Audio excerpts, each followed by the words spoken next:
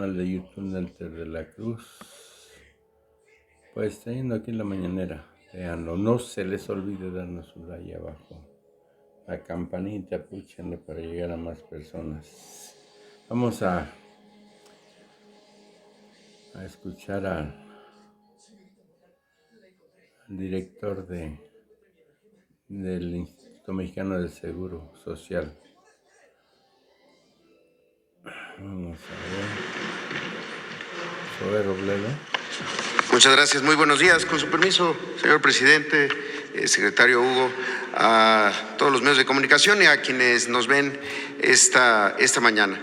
Como lo ha dicho el presidente López Obrador, desde antes de que tuviéramos conocimiento de la pandemia, se había empezado a preparar por todo el sector salud un plan para levantar el sistema de salud en lo que refiere particularmente a esa mitad de los mexicanos y las mexicanas que no tienen seguridad social y en ese sentido que no tienen acceso a las instituciones de seguridad social. Por eso, a partir de este 3 de mayo, aquí en el Pulso de la Salud, vamos a informar al pueblo de México sobre los avances de este plan de salud para el bienestar de México.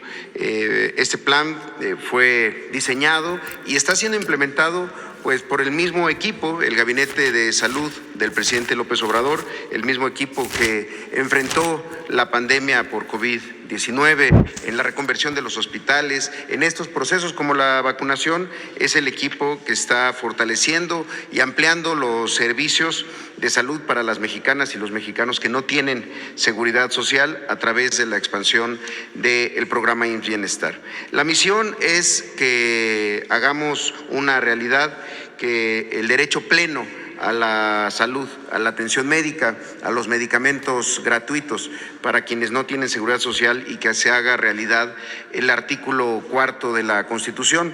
Y es este modelo, el IMSS Bienestar, el que ha sido elegido para esta implementación porque tiene más de 40 años buscando hacer las cosas bien y estar listo cuando hace falta, cuando la gente más lo necesita, que es cuando enferma o cuando tiene alguna necesidad de salud.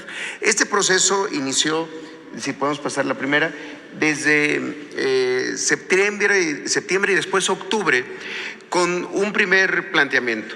Es un proceso de libre asociación por parte de los gobiernos estatales. Se trata de las instalaciones, los hospitales, los centros de salud de las secretarías de salud de los estados. Y por eso lo primero era acordarlo con los gobiernos estatales. Con estos 15 estados que aquí se señalan, ya hubo ese proceso de acuerdo, pero lo más importante quizá, desde octubre y a la fecha, se realizó una radiografía, un diagnóstico del estado de cosas de esos sistemas de salud, de esos hospitales, de esas unidades, en función de sus necesidades. Fue un trabajo en 14 estados.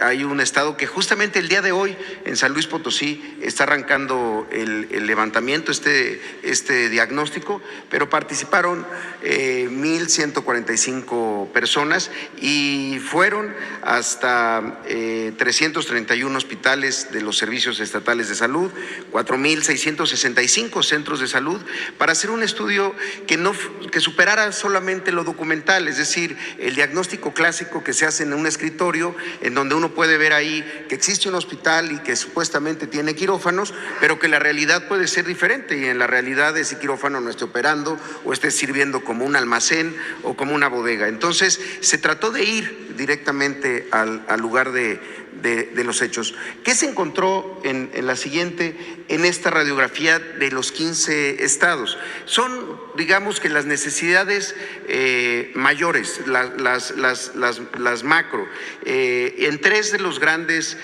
rubros o en tres de los apartados en donde más faltan elementos e inversión. El primero tiene que ver con equipos que en el primer nivel de atención, en las unidades, en las clínicas, pero también en los hospitales, van desde tener estuches de diagnóstico, quizá uno de los elementos, de los instrumentos, de las herramientas más básicas que tiene que tener un médico general, o también el estado de los refrigeradores para todo tipo de vacunas y biológicos, los esterilizadores de vapor para poder esterilizar justamente el instrumental, los estetoscopios, fonodetectores de latidos fetales, los esfigmomanómetros portátiles para medir la presión, en fin, son 55,200 equipos en el primer nivel que hacen falta en estos 15 estados, en estos 15 lugares donde ya se identificaron. Además de eso, se suman otros 5,705 equipos en el segundo nivel. Y aquí ya son equipos más grandes, que van desde los ultrasonógrafos, unidades oftalmológicas, sillones para el servicio dental, unidades de anestesia, los campímetros computarizados, los carros rojos, estos carritos rojos que tienen los elementos para la atención de las áreas de choque en las urgencias, los esterilizadores también, las cunas de calor radiante para los recién nacidos, o las lámparas quirúrgicas, o equipos que uno podría imaginar que están presentes en todos los hospitales y no es así, como los rayos X, o quizá también las camas clínicas que muchas veces llevan muchos años sin ser sustituidas. Ahora, en términos de infraestructura, nos suma estos 106,000 equipos en los 15 estados que se tienen que ir adquiriendo, y aquí vamos a ver semana con semana cómo va el avance de la adquisición de esos equipos, y más que la adquisición, también su puesta en funcionamiento. Lo mismo en infraestructura, son más de 1,000 acciones de infraestructura, 1,607 acciones de infraestructura, porque tenemos que también salir de la lógica que todo se resuelve construyendo más hospitales. Muchos hospitales tienen buena capacidad. En el mundo y en nuestro país hay hospitales que tienen más de 50 años y funcionan bien porque han tenido un buen mantenimiento. Cualquier instalación que se deja de dar mantenimiento o no se hace las acciones preventivas, pues es muy difícil que pueda operar, y en muy poquitos años empiezan a aparecer obsoletas. Aquí hay que fortalecer lo que ya se tiene, y pasa desde las adecuaciones y las ampliaciones y fortalecimiento. La ampliación, un servicio que ya se tiene, supongamos unas camas de hospital, pero que se necesitan más y que tenemos que pasar de 12 camas a 20 camas, para poner un ejemplo. Pero también el fortalecimiento. En muchos de estos hospitales que se hicieron en los últimos años, no se tienen servicios tan básicos como unidades de cuidados intensivos o áreas para la atención de observación hospitalaria para menores de edad en las áreas pediátricas. En ese sentido, también tenemos algunas otras acciones que tienen que ver con la dignificación de los centros de salud, los baños, por ejemplo, tanto para los trabajadores como para el público, para los usuarios, como también las impermeabilizaciones, algo que pareciera tan básico, pero que puede cambiar en absoluto la operación y el clima laboral de un hospital. Esas son las que hemos identificado. Y desde luego, el reto mayor quizá, que es el personal. En México tenemos un déficit de personal porque había un déficit en la formación de ese personal. Eso se ha ido corrigiendo, pero tenemos que abordarlo desde ahora. Son 33,020 trabajadores de la salud que hacen falta, entre médicas, médicos generales y también especialistas, enfermeras de todas las categorías de enfermería, desde las enfermeras especialistas hasta las auxiliares de enfermería, pero también todo el resto del personal que permite la operación de un hospital, camilleros, conductores de ambulancia, la gente de cocina que está preparando las dietas para las personas que están hospitalizadas, o quizá la gente de mantenimiento, de conservación, de limpieza, de higiene y demás. Ahora, si lo vemos desde esas dimensiones, si pueden pasar la siguiente, esta es la meta. Y aquí iremos viendo cómo vamos alcanzando estas metas. La meta es alcanzar en estos 15 estados la operación de 347 hospitales para las personas que no tienen seguridad social. Aparte, sigue y continúa obviamente la operación de los servicios de atención médica para las personas con seguridad social en el IMSS, en el ISSSTE, en ISFAM para las Fuerzas Armadas o en Pemex. Pero esto es en los 15 estados la meta que se quiere tener, un sistema con 347 hospitales, 7,033 unidades de primer nivel, es decir, tanto las unidades médicas rurales como se conocen en Bienestar, pero también los centros de salud de 1, 2, 3, varios núcleos que pueden ser ya más grandes de varios consultorios y este total del personal médico. 46,043 personas. Como verán, es un número mayor que las 33,000 que habíamos mencionado, porque aquí ya se suman parte del personal que ya está atendiendo en los hospitales IMSS Bienestar. Y estos son los que se suman en los 15 estados donde se pretende que la operación sea ya desde la federación, sea una operación desde las instituciones federales y ya no desde los estados. Eso sí, con la participación de los trabajadores que actualmente atienden en estas unidades en los procesos que hemos llevado a cabo, que ahora vamos a ver en el caso de Nayarit. Podemos pasar la siguiente. Esto es ya los primeros resultados de estas acciones. Hoy estamos cumpliendo, bueno, de hecho el domingo cumplimos un mes ya operando el sistema estatal del estado de Nayarit. Y en ese sentido, lo que comentábamos antes, ya son las acciones que se han llevado a cabo. Las primeras, y que parecieran muy sencillas, pero que tienen una enorme profundidad, porque es donde se atiende la gente que más lo necesita, las unidades que están en los municipios más pequeños. Estas unidades de primer nivel ya se llevaron a cabo 125 acciones que van desde aquellas que tienen que ver con la imagen institucional, las pinturas exteriores e interiores, pero también impermeabilizaciones, los cambios de las instalaciones hidráulicas y a veces de todo el equipo hidráulico, hasta cuestiones que tienen que ver con pozos, cisternas y demás, el cambio de mobiliario y cambio de puertas. Había unidades con puertas desvencijadas o sin chapas. El tema de las bardas perimetrales, son muchas de estas unidades, en algunos casos incluso ahí viven los médicos pasantes que están haciendo su servicio social y a veces las bardas perimetrales ya se habían caído, vencido y se tenían que levantar. O temas tan sencillos como un pulido de pisos. La siguiente, después vienen acciones de rehabilitación en infraestructura en los hospitales. En esos 30 días se han realizado crecimientos importantes. En Nayarit se pasó de 11 a 14 quirófanos funcionales. Eso cambia en absoluto la capacidad de respuesta de una unidad. En 5 hospitales se adecuaron y se ampliaron las farmacias. Las farmacias no tenían el espacio adecuado, tenían unas situaciones muy limitadas que no permitían incluso su operación de manera eficiente. En 4 hospitales fueron habilitados los espacios para las residencias médicas, estos espacios en donde los médicos especialistas que están haciendo su rotación de campo en el último año, su última etapa antes de terminar la especialidad, viven en estos hospitales. En algunos casos son lugares de descanso, pero en muchos ahí es donde habitan hombres y mujeres. Entonces, sin tener esas residencias, pues era muy difícil que pudieran tener médicos especialistas. También hospitales donde se rehabilitaron almacenes en tres casos. La parte de almacenes de un hospital también puede significar la posibilidad de no poder recibir medicamentos que hacen falta porque el hospital está saturado de medicamentos o de insumos incluso a veces que no necesariamente hacen falta.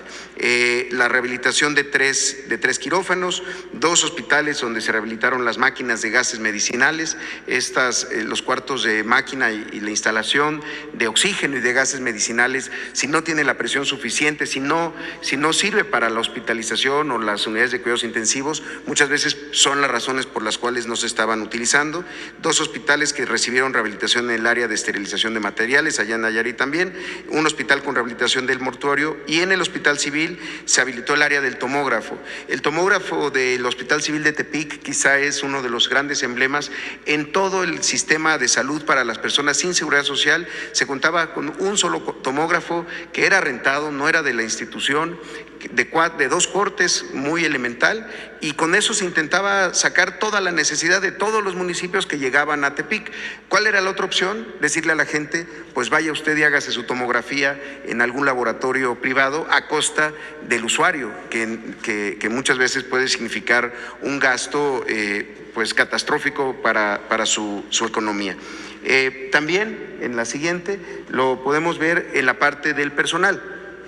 A la fecha se han contratado 602 personas ya directamente al programa y que están trabajando ahí. Muchas de estas personas ya estaban en el sistema estatal de salud, pero era de la gente que había estado con estos contratos temporales durante años, que les daban un contrato de 6 meses, un contrato de 3 meses, y así los traían durante muchos años. Son personas que ya hoy tienen una seguridad de tener una base, una plaza, tanto en el primer nivel, donde son 93 médicos, 112 enfermeras, y en el segundo nivel, donde se contrató a 16 médicos, 216 enfermeras, 30 paramédicos y los 125 médicos especialistas residentes que están trabajando allá en Nayarit. Si podemos pasar la siguiente. Y un tema muy importante.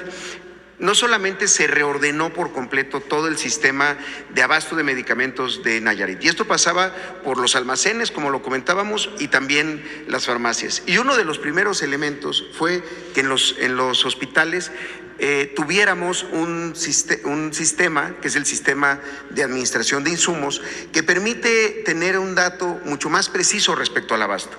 Y este tiene que ver con las recetas surtidas completamente. Es decir, cuántas recetas durante una jornada en un hospital fueron canjeadas y fueron recibidas de manera completa. Eso nos habla del indicador de la realidad. Si lo veíamos esto conforme como estaba antes, este indicador estaba en 40%. Es decir, 6 de cada 10 personas que llegaban a una farmacia en el sistema estatal de Nayarit se regresaban con las manos vacías. Les decían, ese medicamento no está, o le daban una parte de la receta y el resto tenían que ir a comprarlo a alguna farmacia privada. Actualmente tenemos el 90% de las recetas surtidas de manera completa, y también hay que decirlo, ese 1% que todavía nos hace falta, muchas veces se resuelve al día siguiente o en otra unidad. Es lo bueno de tener un esquema que funciona como un solo sistema de salud, donde no se tiene en un lado, se puede tener en otro, y entonces se puede ir resolviendo sobre la marcha. Entonces, este sistema ya lo tenemos en todos los hospitales, lo estamos instalando en las unidades de primer nivel que se tienen ya trabajando en Nayarit. Y finalmente, este dato que intentamos resumir de la siguiente manera. Esta es la productividad del sistema, es decir, cuánto de cada uno de los servicios hacían en Nayarit en un mes. Entonces, con los datos que nos dio la propia Secretaría de Salud, y agradecemos la disposición que ha habido de parte del gobierno del Estado, del gobernador Navarro, detecciones, para poner un ejemplo, detecciones de diabetes o de hipertensión arterial o de cáncer cervicouterino o de cáncer de mama, se estaban realizando 923 en un mes. Hoy, en este nuevo sistema de salud para el bienestar, en un mes se realizaron 10,197 detecciones. ¿Cómo opera esto? Pues con más personal, con una reorganización del propio sistema y sobre todo pues con las personas y los equipos que son necesarios para hacer estas detecciones. La atención de partos se pasó de atender 260 partos y cesáreas, aquí están ambos tipos de intervención, a 439, es decir, un incremento del 69%. El resto, en los meses anteriores, seguramente tenían que acudir a una clínica privada y resolver con sus propios recursos. O en el tema de cirugías, que pasaron de 476 que se realizaban antes a 1,034 que se realizaron solamente en el mes de abril ya para Nayarit. Consultas de primer nivel no es comparable porque esas simplemente en ese sistema no se hacían en los hospitales. Hoy ya se realizaron 4,478 porque están trabajando también en todos los turnos, en la parte de consulta, en el turno de la mañana, en el turno de la tarde y también en el turno del fin de semana, donde pueden hacer estas consultas de medicina familiar y las consultas de especialidad, las consultas que tienen que ver con ginecología, pediatría, medicina interna, trauma y demás, que pasaron de 3,732, ahora con los 125 médicos que ya están trabajando allá, a 9,513 consultas de especialidad. Entonces, la intención es que vayamos viendo cómo en estos indicadores, en estos rubros, se va avanzando. También ya después cada vez los siguientes estados. La intención es que sigamos con el estado de Tlaxcala, después el estado de Colima, y aquí iremos informando no solamente cuáles estados van entrando, sino cómo van esos avances ya directamente en la operación. Simplemente para concluir, algo que ha sido muy importante es el conocimiento, la información y la certeza para los trabajadores de salud, que este es un esfuerzo que se va a construir en conjunto de todas las instituciones, pero también con los trabajadores que actualmente prestaban sus servicios, muchas veces de manera muy limitada porque no tenían los suficientes insumos o porque las unidades estaban en mal estado, por diferentes razones. Y la verdad que en el caso de Nayarit hemos encontrado mucha vocación de servicio, mucha vocación de quienes decidieron dedicarse a atender a las personas que lo necesitan y que hoy están viendo esto de una manera positiva. Por eso quisiéramos concluir con un breve video de testimonios tanto de usuarios como de personal que ya está integrado a este nuevo modelo de salud. Sería cuanto por mi parte, señor presidente. Muchas gracias.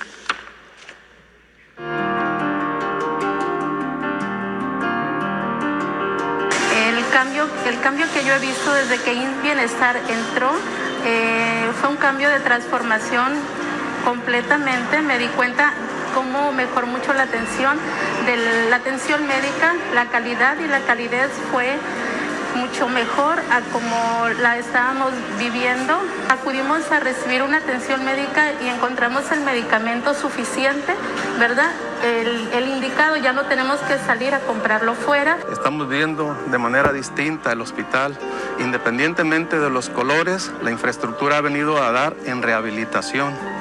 Se rehabilitaron los 2 quirófanos en pisos, se repararon máquinas de anestesio, luminarias. Todo en el sentido de rehabilitación se ha venido dando en este hospital a partir del día 1 del mes de abril de 2022. Para mí me ha sido una transformación muy buena, excelente diría yo. Se han incorporado nuevos elementos, tanto enfermería como personal de conservación, personal de farmacia.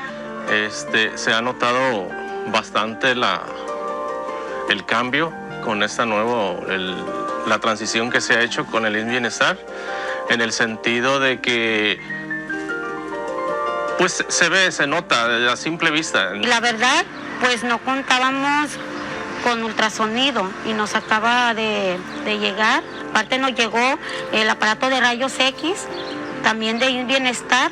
Nos llegaron en personal 4 radiólogos y estamos muy contentos. Yo, como enfermera de aquí, trabajadora de esta institución, pues para mí es histórico. Muy bien, vamos. Pues ahí está, por favor, no se les olvide darme ahí su like, denle la campanita, gracias.